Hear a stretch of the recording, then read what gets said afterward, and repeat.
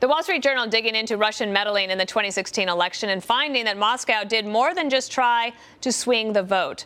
The Kremlin-backed Internet Research Agency reportedly used Facebook accounts to pitch fake business directories and petitions in an effort to collect the personal information of Americans. Let's bring in Wall Street Journal senior video reporter Shelby Holliday. So why would the Russians even want to do this? That's a good question. I've talked to a lot of former intelligence officials, experts who say there are a lot of things you can do with personal information. We're talking about names, email addresses, in some cases addresses, payment information, PayPal accounts.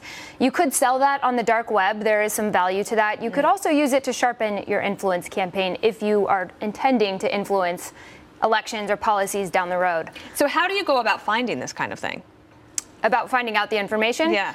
Well, I've been spending quite a bit of time in troll land, and one thing kind of leads to the other, and you see these accounts are all connected, and what we found is that social media accounts are part of the equation, and a lot of Americans understand they were using social media to spread disinformation, but they were also using it to pose as organizations, activist organizations, business entities. So they would go to Americans and say, hey, we're creating this black business directory. We want to promote you to thousands and thousands of people. We just need you to fill out this questionnaire and give us some information about you and your business, and we'll write a press release. They also paid and bankrolled these self-defense classes. So they paid trainers to teach self-defense classes, but they wanted information about who was showing up to the classes. And then a fairly easy thing they did is they promoted petitions and seemingly collected all this information when people would go to sign it. And when you sign a petition, you don't usually need to enter your age or your location, but some of the websites set up by the Troll Factory asked for tons of information. So Mark Zuckerberg said in September of 2017, for the ways my work was used to divide people rather than bring us together, I ask forgiveness. So we've known about the ideas that the Russians were trying to make polarization even worse.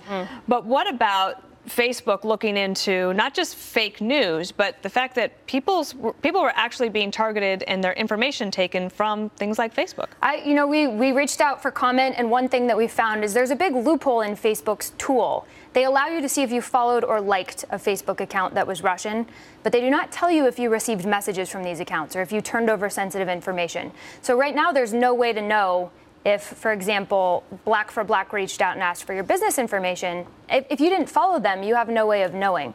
And I talked to dozens of Americans for this story, and the one thing they all had in common is they had not heard from Facebook nor investigators about this experience. So I am the one to inform them that they handed over information to Russians. Well, and you're a good investigative reporter for doing that. A last question to you is, if you want to look out for yourself, are there things that you should be looking for that should maybe raise your concern level? Yes, I do think everyone should be vigilant when you see something online. Even if it's an account with thousands of followers, it's not necessarily legitimate. So I think everyone could be a little bit more skeptical when they're online. And when you're asked to hand over information, figure out why. You should know why and understand where it's going and why they need it before you actually submit it. Generally, just be careful. And that's if you see anything weird, advice. Report it. All right, Shelby Holliday of the Wall Street Journal. Thank you. Thanks, Dana.